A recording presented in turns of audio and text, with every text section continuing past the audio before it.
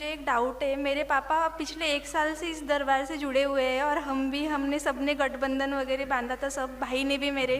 फिर भी उसने ऐसा क्यों किया? या इसलिए किया कि आपको एक दिवसीय अनुष्ठान की आवश्यकता थी, ऊर्जा की जो आवश्यकता थी।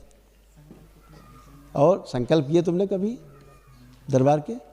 एक आप नहीं, उससे पूछ रहा हूँ, बच्ची से। मतलब जब दरबार के संकल्प करती थी?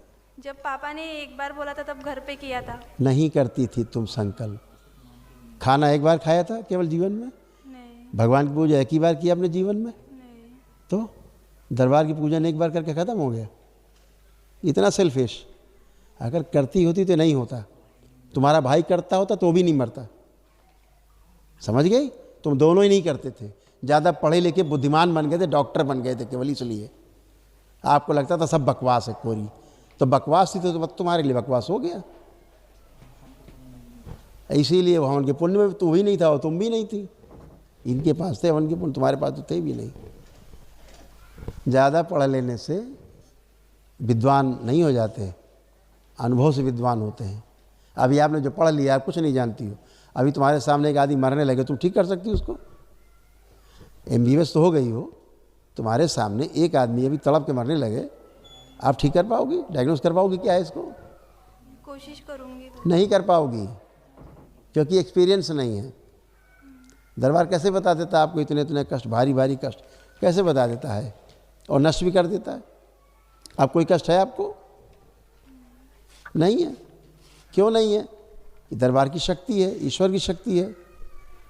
अब इसे ही नहीं मानो, तुम खुद ही विद्वान बन जाओ तो बन जाओ विद्वान, क्या होगा? दरबार थोड़ा ना पीछे जाएगा।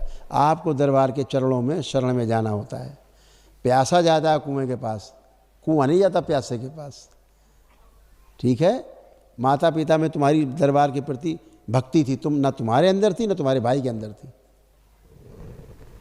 और एक दिवसीय अनुष्ठान जैसे आज किया अगर कर लिया होता तो आज जिंदा होता, क्योंकि विशाल ऊर्जा रहती है, कवच रहते हैं विशाल, कोई बाहरी चीज़ें एंटर नहीं कर पाती। समझ गए?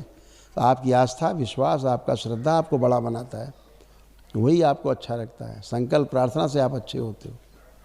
अगर आप नहीं कर पा रहे हो प्रार्थना संकल्प, इसका मतलब समझ लो आपके अंदर गंदगी भरी हुई है, टट्टी भरी हुई है, आपको संकल्प नहीं करने दे रही है।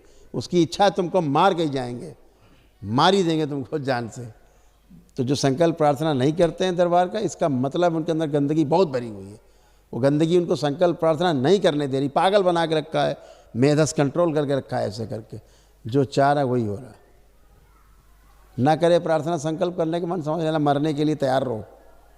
मर जाओगे, क्या बचेगा? क्या किसका क्या चला जाएगा? मर जाओगे तो खुद ही जाओगे। वही हो गया उसके साथ, तमाम गंदगी सब हो गई। इसलिए उसकी जो वस्तुएं रखी हैं हटा देना, उसको हटा देना। तुमने जो शंका की दरबार पे, तो उसका परिणाम भी मिला है तुम्हें। ठीक है? खुश रहो, मस्त रहो, प्रसन्न रहो। बाबा जी, मैं अकेले को डर खूब लगता है। अकेला घर में नहीं रह सकता। आप देखिए, घर देखिए अपना, आँख बंद करके। आपको कोई भय लग रहा है? हाँ लगता है बाबा जी, डर नहीं, अभी देखिए, चेक करिए। कोई भय आ रहा हो तो बताइए, उल्टा क्यों बोल रहे हैं?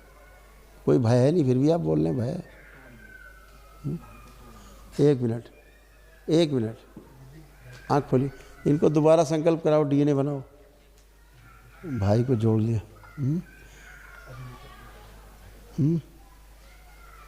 क्योंकि इसको क्या हो रहा है हम दिखाते हैं। इसके अंदर जो गंदगी रखी है घर में, अभी ये करेगी घर में। पढ़ लो, अब ये घर में करेगी। ये बिटिया आपकी। घर जाकर दरबार की सभी वस्तु को हटा दी, गुस्से में है। अभी अंदर गुस्सा बढ़ रहा है। नहीं नहीं, दरबार की वस्तु नहीं। फिर पढ़ लो एक बार अच्छे से। एक बार पढ़ के दिखाओ ना, मैं चश्मा भूल गई। घर जाकर दरबार की सभी वस्तु को हटा देगी, गुस्से में। अभी अंदर गुस्सा बढ़ रहा है। क्यों? क्योंकि वस्तु रखे हो तुम, उसकी स्मृतियाँ रखे हो। वो स्मृतियाँ फिर तुम्हें गंदगी बढ़ाएंगी। इसलिए उसका रखा हुआ सामान हटा देना, फाड़ के जला देना। अच्छा, खुश रहिए। नहीं, अब बारी तुम्हारी है, ध्यान रखना। खुश रहो।